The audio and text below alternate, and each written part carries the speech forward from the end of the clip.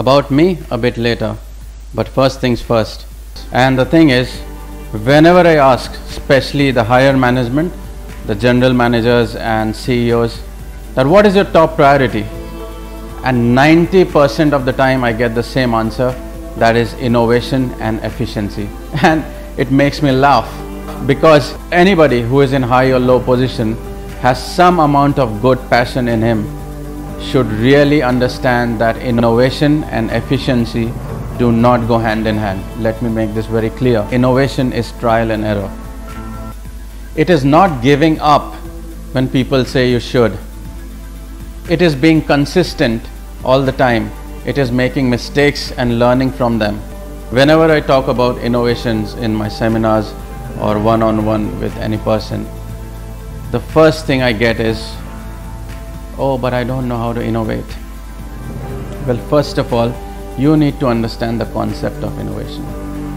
You know, innovation doesn't necessarily mean creating a plasma or a spacesuit material kind of thing. Innovation is also the ability to apply technology, idea, or any kind of resources available to simplify or solve many things. The aim of this video is to make you understand the priorities between innovation and efficiency, so you can give better output and you stay motivated. It is setting priorities over others and believing in a system. Now, what surprises me is there are quite a few general managers and CEOs go only with qualification and experience for their decision. Now, I'm not saying you should not do this, but I would say this should be only 40% of it. Why? Because the 60% which matters the most is the passion who wants to help you, the passion of that employee who wants to help you. But many other times, just because of one's own ego, they tell that employee, no, you do what I say, or you have been given a job, just stick to it. Now here's my question. Why would you stop that employee who wants to help your company or your society or you? Why? That is very silly. Now what surprises me is there are quite a few, not all, but quite a few general managers, CEOs, or someone at a senior level. They stop their employees or business partners just for their ego. And like I said earlier, innovation is not inventing things. Well, if you invent, it's pretty good. But to me, innovation is more of applying things in order to simplify other problems. Now let me give you an interesting example of small innovation.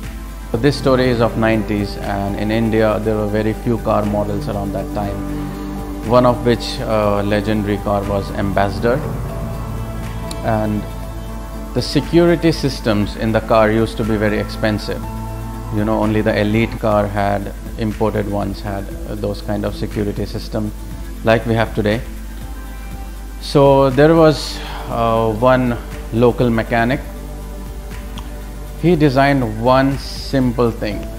What he did was he attached a kill switch for the entire engine on the back seat of his car, which was hidden below the footrest. How much did it cost? $50. That's less than $1. Simple and effective. Now that to me is an innovation. To me, innovation is more of applying things and simplifying it. It's a bit long journey, but it's a fruitful one. So do not give up at any point of time if you really believe in it. If you don't believe in it, then give it up. But if you do believe in it, then do not give it up till the end. To innovate and solve problems, help others, whether it's your colleague or customer, that's the same philosophy I myself and my company believe in. To know more about me, you can see in the description. I was many things before, but since last few years I'm into business, doing really well. So stay positive and innovate. Thank you.